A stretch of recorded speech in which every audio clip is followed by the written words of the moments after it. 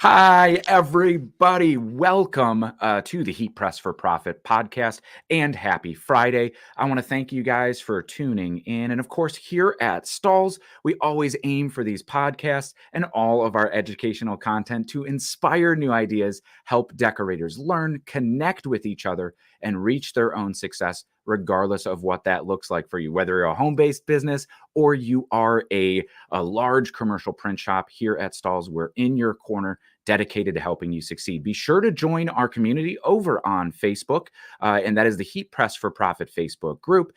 If you're not already a member, there is a great section in there just to connect with decorators like you. And when it's 2 o'clock in the morning and you have a garment issue or a question about decorating or what transfer type is going to be the best, you know that community is there for you with tons of comments and responses on your post. And you'll see the activity in there. If you're not already, go over there and subscribe to that Heat Press for Profit Facebook page. It is a closed group, so if you're running a business, your customers will never be able to see it unless they are also a member of the group, in which case they're a decorator as well, right? But I will introduce myself. My name is Dave from Stalls and Transfer Express. I am the content director here that is proud to be part of the education and inspiration that we bring to you every single week on our Stalls TV YouTube channel, as well as here on the Heat Press for Profit podcast and our Transfer Express YouTube page, showing how we could use custom transfers to drive people's businesses forward. And if you're here listening, you probably already know.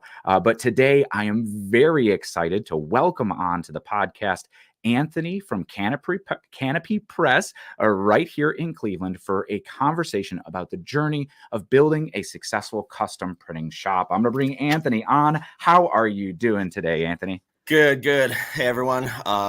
Dave, always a pleasure to chat with you. So it's good to be here. Absolutely. Well, for those of those out there, our listeners who don't know Canopy Press, could you tell us a little bit about you and Canopy Press? What you guys do? Yeah. So we're a custom print shop. We run a couple of heat transfer machines. We run a 6-color screen printing press and a couple other things. I have been in printing, running machines for about 24 years. Not all of that, I guess, has been actual printing. A lot of it was customer service for 10 of those. So I guess we have a pretty small, well-rounded shop, from that.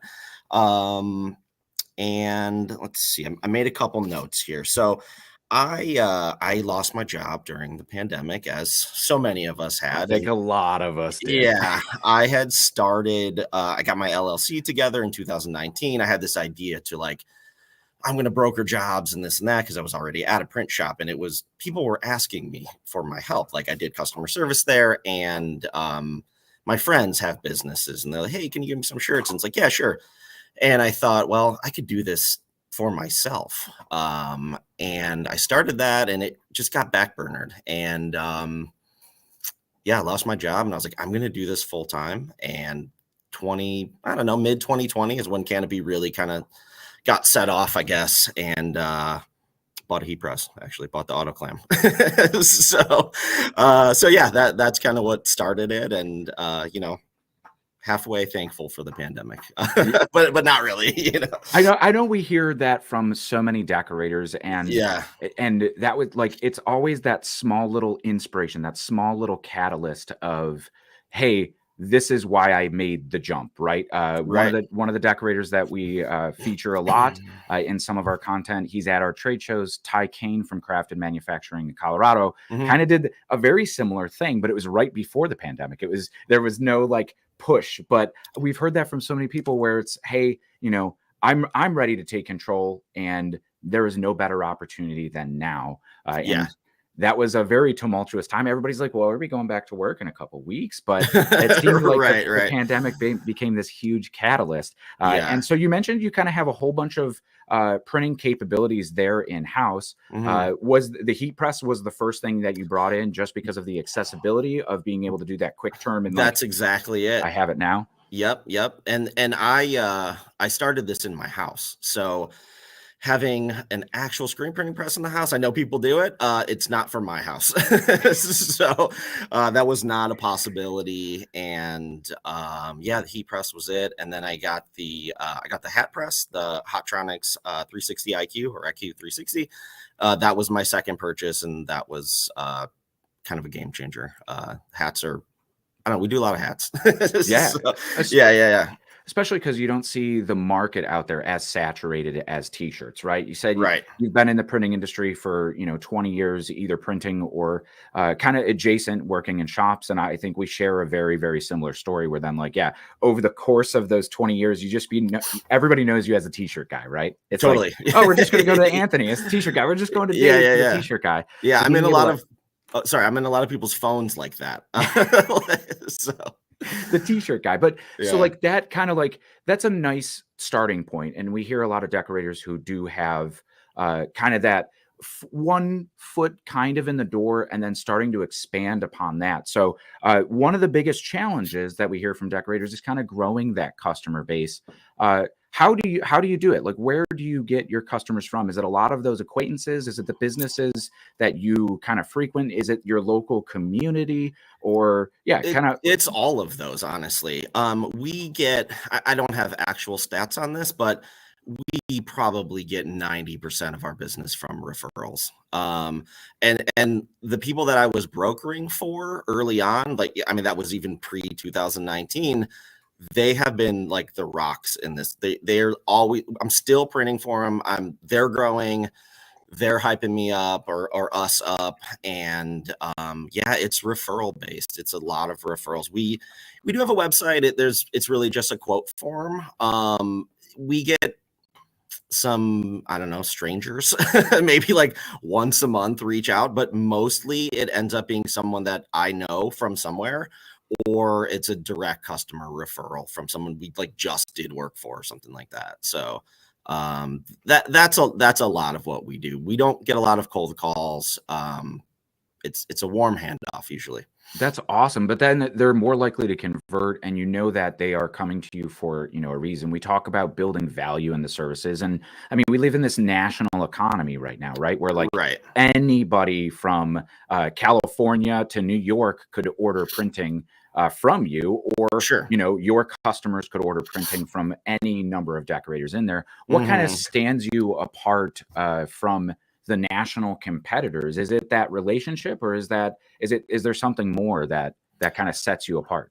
I think it's a little bit of both. I mean, one, I don't know this for a fact, but I do feel like most people source apparel locally due to shipping costs. If it's like one shirt from whatever custom ink or something, like, I totally get that. It's a minimal charge, but we just did 580 sweatshirts. Like, that's a lot. That's a freight shipment, So that is in my mind, kind of obviously a local decision. And we do work with someone who has a branch in, I think, Missouri.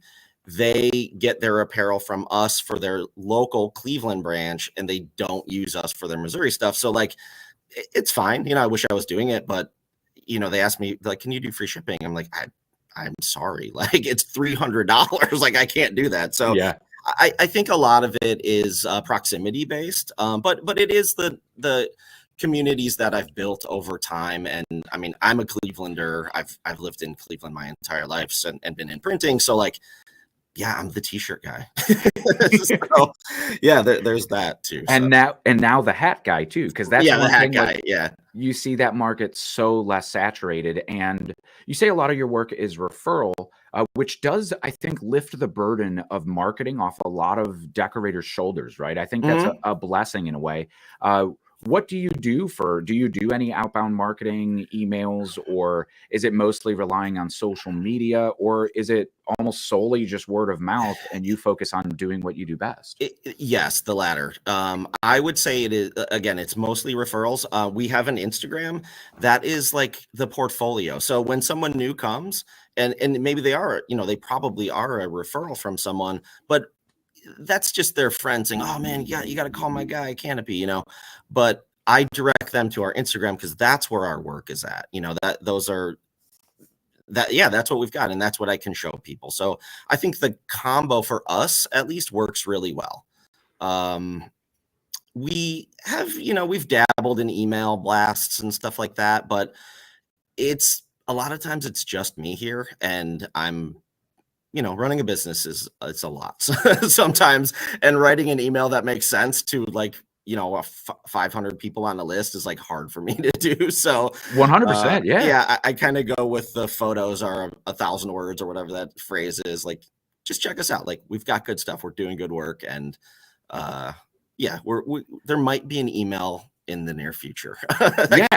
Yeah. But I think you touch on what so many decorators out there are struggling with, right? Where, if you're a one-man show, maybe you have some part-time help, maybe Sure, you yeah. do have one or two employees, but like the burden of that marketing weight does fall on your shoulders. And it could be a lot to sit down and set up when you've got orders that you've got to print to get out the Totally. door. Yep. But you mentioned something about your social media that I think is really impactful, because when we look at social media as a whole, we see so many. I mean, you see it in any walk of business or any industry, where it's kind of like, oh, I'm just trying to go viral, right? The TikTok Right. craze in that same kind of pandemic made everybody be like, I'm going to go viral. I'm going to blow my business up, right? And Yep. we have seen, I personally know decorators and small brands that did get that success, where they were just posting content, or like a day in the life of a small business owner. Totally. One post or a product blows up.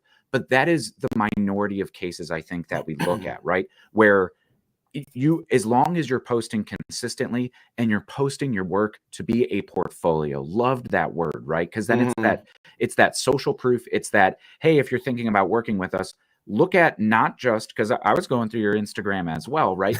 It's not just the posts that you're posting, but you click over to that other tab, the posts that you're tagged in, and Yeah, seeing for sure. how just fanatic your customers are about you and willing to share. It does seem, you mentioned it, like a community, right? You have this community of customers, because if they have an event, or I saw a few like store openings and stuff where they're wearing the apparel and they're tagging you in it too. So now it's not just, it's not outbound marketing on your end. It's content, it's showcasing your services and solutions.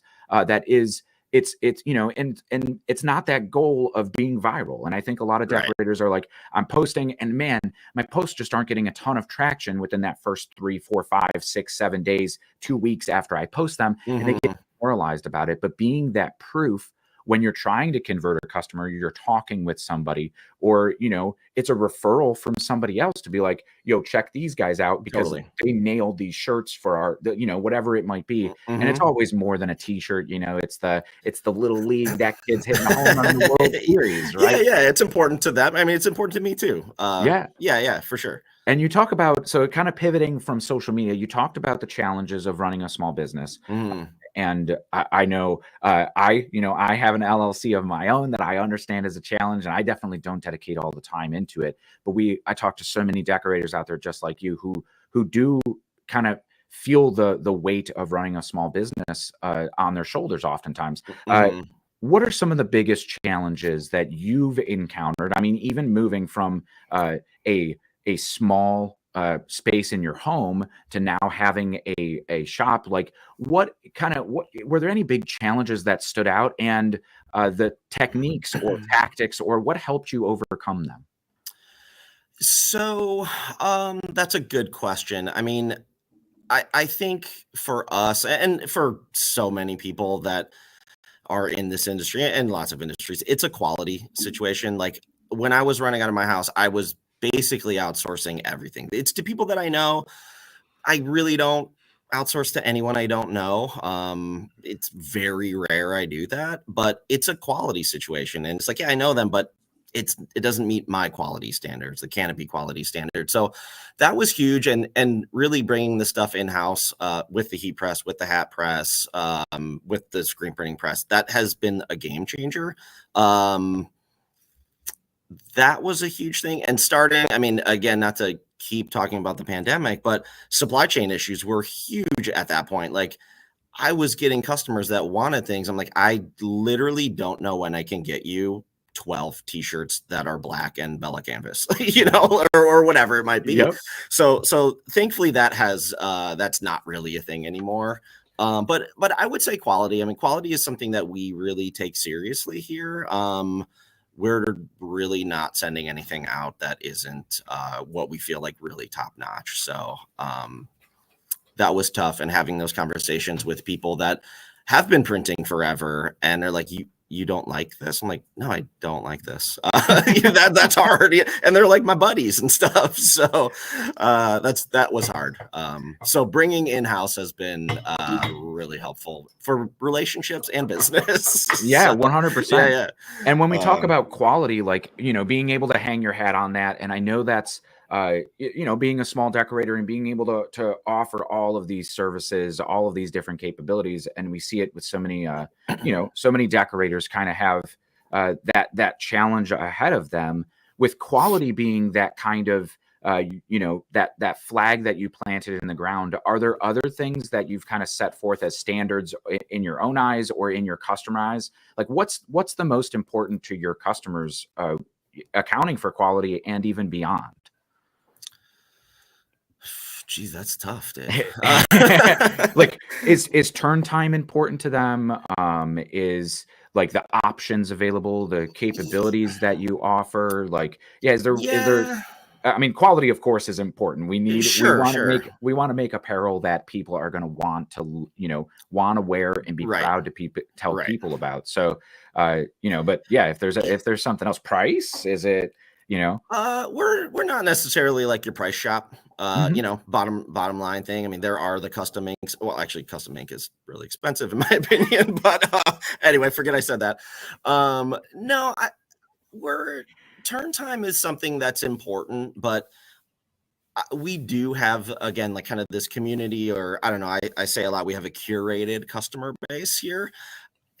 I can't do everything. We are a small shop, and realistically, and I have to think how to say this, but sometimes I don't get back to people for 2 days, and it's like we're running jobs, and in the nicest way possible, like if that's not something that you can handle, like you're just not a good fit for us, and that's okay. Like I would love to do the work for these people, but we can get stuff done quickly, but our turn time is pretty standard for the industry. I would say like 10 days, something like that, and Mhm. business days. But I think really like I I end up getting personal relationships with a lot of our customers because they're referrals, and I'll go out to your shop if you want, and your restaurant or whatever, and like we'll sit down and talk, and I'll see what you have, what you don't have, what we can do for you, and stuff like that. Where I'm kind of going back, yeah, like I don't think custom ink reps are doing that. I don't know. I don't use 100%. them, but Yeah, yeah. 100%. um, Yeah, yeah. that building a relationship and truly understanding the needs, or like, I Mhm. love the aspect of like actually going, because then you get the vibe of the place. And if Right, somebody's like, right. "Hey, I just want some t-shirts," and it's like a kind of more upscale, you're gonna probably recommend, "All right, are we looking at Bella Canvas here? What's your Right. budget looking like? Oh, you're, a landscaping company. Hey, have you thought about some performance shirts instead of these heavy Totally. cotton? These are gonna," Totally. and that's the stuff that I think you nail it on the head, especially with coupled with quality, right? You're creating so much value in your products aside from just, it's way more than just a t-shirt, right? Like, Right. there's value in your services that you're going to bring any idea that they have to life, but in a way that is fitting of their needs. So understanding the customer being a huge aspect to, I mean, yeah, and then you build that relationship, and Right. they're not considering price at all then, right? Like you mentioned, Yeah, not they're not really. even necessarily, turn times, of course, we have those last minute events that Yeah, we're yeah, yeah. gonna have to print for. For sure. And we can do that. That's the thing. Like we keep it loose with turn times. We'll get it to you on time. We are so very, very rarely late with any jobs. And we can also do quick ones. And that was something that I was thinking about when I knew I was going to talk to you. Like the heat press is super helpful for that kind of stuff too. If we've got, if screen printing is booked up, like we can just do it on the heat press. And we do that a lot, by the way, so yeah, it works out. We see a lot of decorators utilize it, especially for like on demand printing, those smaller quantities. And you kind of have you kind of have a leg up over a lot of decorators being here local to Cleveland, and at least our Transfer Express facility, pretty Totally. much Yeah. right down the highway Yeah, from you. I definitely drive there once in a while to pick up rush orders. So yeah, it's great. Taking advantage of that quick turn. And you kind of talked about like that impact the heat press has. Mhm. Do you have a favorite aspect of the heat press, whether it be a specific transfer type or maybe the headwear that you talked about a little bit, like unlocking that capability for your own business and your Yeah. customers? Yeah, the headwear that's something that's cool. I mean, I use a ton of Ultra Color Max. That's like it's pretty much my go-to. And we've got that working on materials that you guys don't have listed. So we just kind of dialed it in. And, sometimes I have questions and I call the reps over at Transfer Express and they're like, yeah, you can't use it on that. And I'm like, oh, I've been using it on that. This time I have a question about it or something like that, and that's been like pretty cool. I like a little tinkering with stuff and getting things to work that other places aren't. And yeah, hats have been great for us. Being able to put a full color print on it with the fine detail of the Ultra Color Max has been awesome. Yeah, I like that press a lot. Which you mentioned Ultra Color Max, which is Stalls and Transfer Express's direct to film transfer for anybody listening who's unfamiliar. But I do kind of want to ask you, because the same way I've been, in the printing industry for 15 years now and kind of saw this direct to garment revolution where everybody's like, Mhm. it's going to kill screen printing, right? And as a screen printer yourself, direct to film, how do you view it versus that direct to garment kind of technology? And I mean, when we're looking with of course, we're living in the present now with direct to Sure. film, but looking back at what we learned about direct to garment when it came into the industry, how do those capabilities kind of impact deciding what print method to use? To me, it's a lot of substrate based stuff. Like I love transfers for tote bags. That's I sell those a lot, and people are so happy with them because you mitigate all the texture of the bag and it looks so good because whether it's a screen printer transfer or DTF, like either way, it's on a backer or a liner, and the print is perfect at that point, and then you just transfer it to the bag. Like that has been it's something that I've been talking to people a lot about, and you I've done some DTG totes before and they're okay, but you're still working with an ink that is liquid at some point and it gets into those little cracks and crevices and it looks fine. But like, I don't know, transfers are great for that. That's my hats and totes are my kind of go-tos for like, yeah, let's do some transfers. Yeah. And I talked to you about this earlier, off camera, but we have a huge tote bag order coming up and I'm like super hyped about it. And I considered DTG for it and it's just not going to work.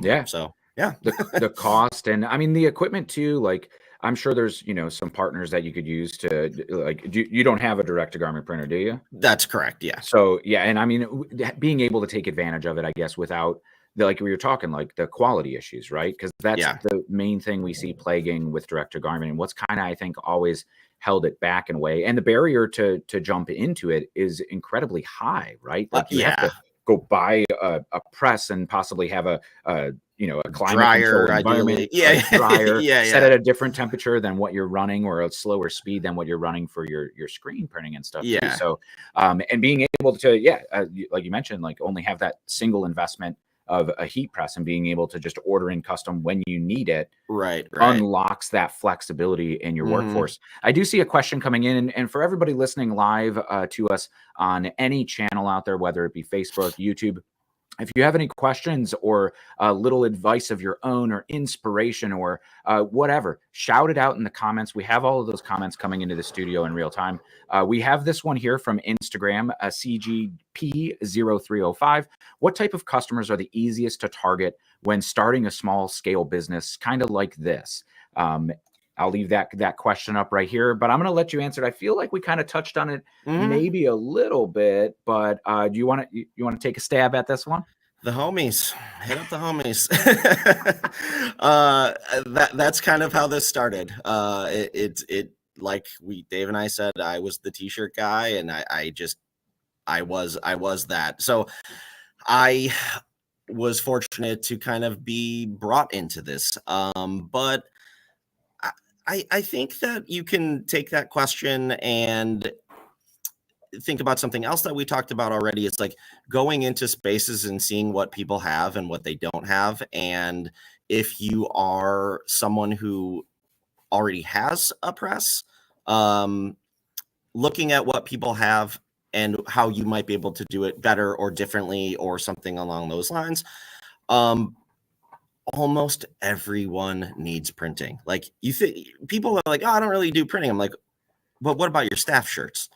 Oh yeah, I do printing. Well, what about your business cards? Like, oh yeah, I do printing. So like, it's tough to give an exact answer on this, but it's kind of seeing what, in my opinion, it's seeing what people kind of don't have. Going back to the hat press, I definitely can walk into a store and see someone that has used a hat press, used transfers, and I'm like, oh, I see things about it that we do better, honestly. So we have that thing dialed in. So, if you're already running something and you can see these issues with prints, just talk to the owner, whoever's in the store, like, oh, do you guys do these hats? Like, you have to touch around that one a little bit. You got to be touchy with that and not insult anyone's printing, especially if they're doing it themselves or one of their friends is doing it, but you'll figure it out. Yeah, 100%. But yeah, and you kind of talked about it too. Maybe before that question came in is start with the people that you know, the businesses that you know, and local, right? Because when we talk about the shipping and being able to, hey, I could turn this in this turnaround time, even save on those shipping freight costs when we're talking about larger apparel orders, and be able to even hand deliver it, have that face-to-face contact and build a relationship. But starting with the relationships, this is what Scotty jumped in on. Definitely friends, family, people you have regular contact with. And I do say, I say it all the time, I think in videos and a lot of the education sessions that I give in person, right, is like every single person that the average person, at least once every 3 years needs custom apparel, regardless of what it's for. And having a business like yours where you're offering business cards and stickers, you need those even far more often than once every 3 years, whether it be, that staff apparel, especially the businesses, right? Like that business to business printing. Are you working with any like direct to, I guess, like clothing brands, or is it predominantly business to business sales of what you're doing? It is mostly business to business. We actually yesterday I delivered some tote bags for I don't think I can talk about it because they keep their things pretty tight-lipped, but we can zip it here. Yeah, but it was a pretty big local clothing brand. I'm like, oh shit, all right, that's cool. Thanks for hitting me up. And here we're in 78th Street Studios, and one of our favorite customers is just above us. She does her own apparel brand, and I work with a couple brands, but it's mostly business to business on a we work with a lot of restaurants, landscapers, like you were talking about, they come here and there, but a lot of restaurants are in our lives, which is cool because I get to deliver there and then hang out and, schmooze a little bit and get some good food and things like that. We hear that people specifically target like craft breweries and stuff for the perks. Yeah, something like that. Yeah, That's sure. Awesome. You mentioned 78th Street Studios, and for those of us here local to Cleveland, we might be familiar, but could you give us just a kind of brief overview of what that building is, what it means to you, and kind of like, just the vibe, because it's kind of in a way like an incubator for small businesses and artists, isn't it? Yeah, I mean, it can be an incubator. A lot of people stay here. People have been here for a long time. I'm pretty sure every studio in the building, which I don't have an exact number, but there have got to be 50 studios in here, or 50 artists. Let's say some people share spaces, have been here for a long time. Like when I wanted to get in here, it was like, oh shoot, like you're gonna have to wait a little bit. And they were building out 6 new places, and those got taken up like right away. And so yeah, anyway, it is an artist studio. It's a pretty large building. It's over on the west side of Cleveland, and there are a ton of makers in here, a ton of really great people. And every third Friday of the month, they have a giant open house. It's just called Third Fridays. And most of the studios are open. We are not actually at the moment. We are building out our, we are building out our showroom. We are going to hopefully have it done this month. I think it would be the 17th or something like that. But there are tons of other people in here. I've made like some friends. I made a really great friend out of this place. So it's a cool spot. So yeah, and we kind of talked about that moving from home, and that's stuff that like you don't get, just like being able to be out in the community, have that brick and mortar just as like a kind of added bonus then that you get, right? Totally. Yeah. When I was working out of my house, it was like people want to come pick up, and no offense, they're referrals, and we love referrals, but it's like we're not gonna like come over and hang on the couch and stuff. And one dude, like this one woman's dad came to pick something up one time, which is fine and great, and he's like, hey, you mind if I use your bathroom? I'm like, I gotta get out of here. Like, sure, of course, but it was just kind of like people are trying to hang out at the house, and I'm just trying to work, and my girlfriend's there, and she's like, what is going on? So, but aside from that, 78th Street or just moving out has been really, really great for business. People are available, or we are available, so people can come in and look at samples and see what we're up to, stuff like that. And it's been good. It's definitely helped me personally grow the business. I know there are people out there. I've seen some stuff on this channel where people are like, working out of their garages and stuff. I don't have a garage, so I can't do that. But it's been really beneficial for me. So keeps a work-life balance too. With that being kind of like a huge impact to the way that you could present the business or bring people in or have more production space, like you mentioned, like adding a screen printing press for that bulk capability. Yep. Is there another kind of large move or kind of impact that you've made to your business? Or would you say that kind of getting your own physical space was the largest impact that it made on your business? That is definitely the largest. The hat press, I know I keep talking about it. It's awesome. Like, I'm going to tell you guys the secret. I didn't like it at first. I'm like, I don't like this thing. And then I learned how to use it. I'm like, this thing is my favorite thing. So, the hat press. And honestly, too, I do have some part-time help sometimes now. And that has been crucial. I just can't do everything. And anyone out there that is literally running a one-person business, like, huge props to you. I don't know how you all do it, but I know there are people out there that do it. I just need help, and it's one of those things, again, going back to the quality. Like, we have a large quality standard, and when I print something or someone else prints something, we don't box it right away. We always have each other look at it. Like, it doesn't even matter. Everything gets triple checked. So that was a little hard to see sometimes when, like, you print it, you're like, oh, it looks great, and someone's like, yo, it's the wrong color. I'm like, oh my god. So you always need that second set of eyes. Yeah, totally. So that's been really great too. With bringing in some part-time help, or even like the challenge of hiring, what was that like? That first time, where did you find somebody that you could trust that maybe had that same eye for detail or same eye for quality that you could trust to bring into your business? Oh man, let's see. The first person from Instagram, I'm like, I know her casually, but I'm like, she's got an eye and she knows apparel, but she's not talking about it. I could just see it. And I hit her up. I was like, hey, we were just chit-chatting, and she's like, I hate my job. I'm like, do you want a job? So that's how that started. That was back at the house and whatever. But as I've been in printing for so long, lots of friends are from previous jobs that I've had. The two people that help me right now are both people Dave. So previous job stuff, and I know their eye for detail. And as I was doing customer service and I did some training, I trained these people. I trained them already at a different job.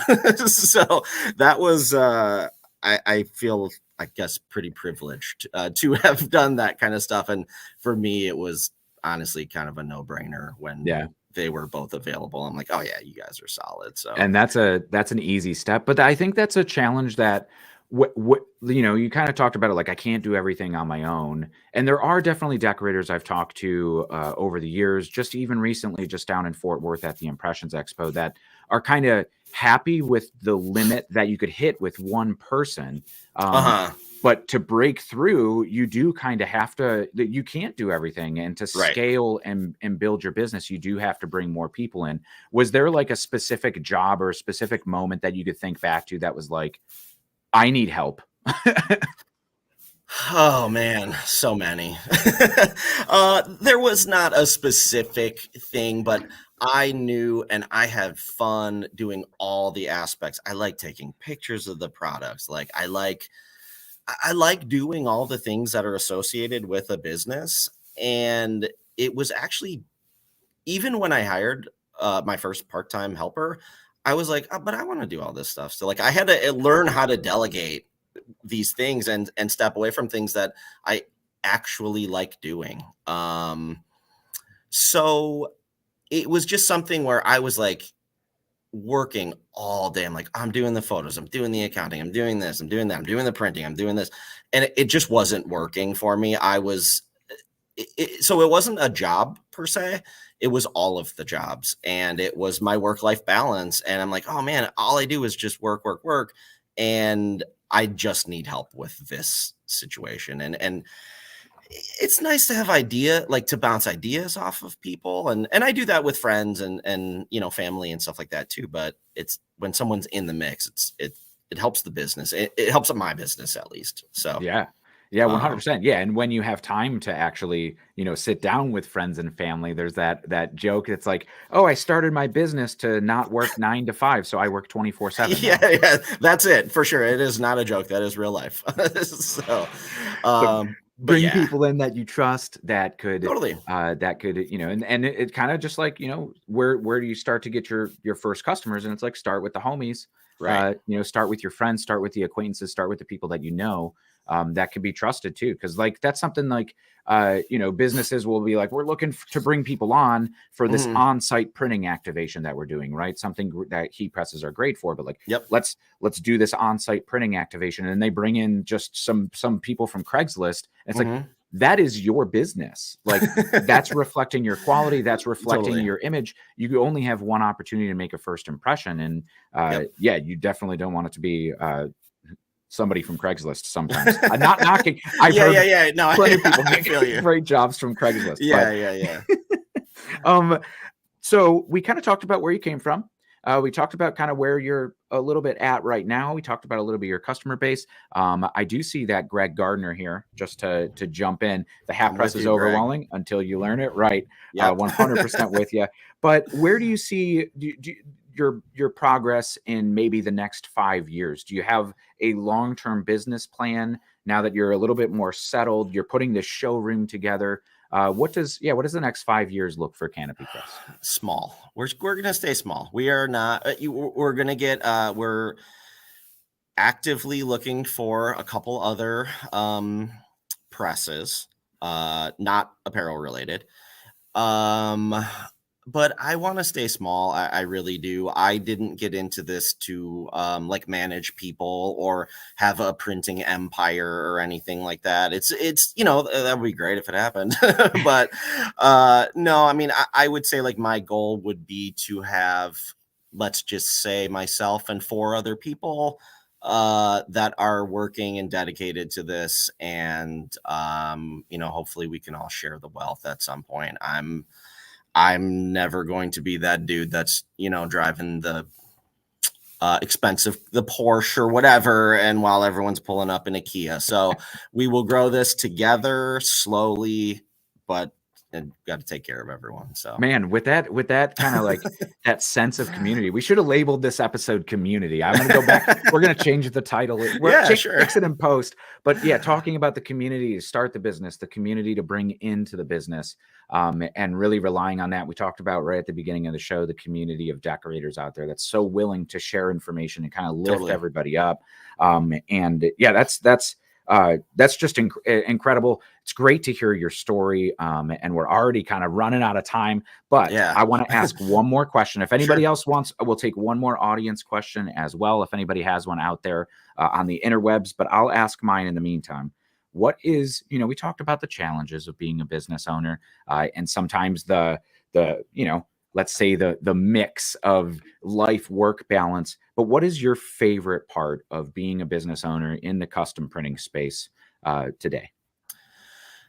I imagine everyone says this, but really like seeing the products in the places and seeing people genuinely like them and enjoy them. And yeah, I truly like that. I mean, I work with it's a restaurant of sorts, but they have like I think 9 locations around here. And I can walk into any of them and I'm like, wow, we did all of this stuff. Like it's just cool for me to see. I don't know. I don't know. I don't feel like it's like a chip on my shoulder or anything like that. I'm just like, wow, we really helped them, and we've been helping them for like 5 years, and I like them and they like me. It's like, and they like Canopy. It's not about me, but that's kind of my favorite thing, honestly. It's just seeing the stuff out in the wild. And we do bumper stickers for Yikes Design, a little name drop there, but they recently got awarded like best bumper stickers in Cleveland or something like that, and I see them all over now, and I'm like constantly like taking pictures, and I don't always send them to them because I don't want to be annoying, but like I have so many stickers of theirs on my phone. I'm like, and they're just funny, silly little stickers. And yeah, so I don't know, that stuff is cool that I've been a part of. And Cleveland's a small place, so I see a lot of it. Yeah, and So, seeing it come to life. I think that's the kind of art and creative at heart, which we see so many decorators come in from that kind of creative forward side. And some do come in from the business side. Like I'm here to, I've talked to decorators that are like, I don't really care about shirts, right? It's all about the business aspect of it. Right. But I think that's, I completely resonate with that coming in from the art and design aspect of it. And talking about like, nobody really collects art the way that they used to these days, but everybody collects t-shirts. And it's this like this most widely collected form of artwork that it's accessible to everybody, and everybody needs at some point in there. But I didn't see any other questions come in here for us. Anthony, absolute pleasure having you on the podcast here today. Once you get that showroom up and running, maybe we'll stop on by with a video camera, feature the cool stuff that you're doing for either our Transfer Express page or our Stalls TV YouTube page. But be sure to go on out there and subscribe to everybody watching and listening. You may even be listening on one of those channels that you're already subscribed to. And for that, we thank you.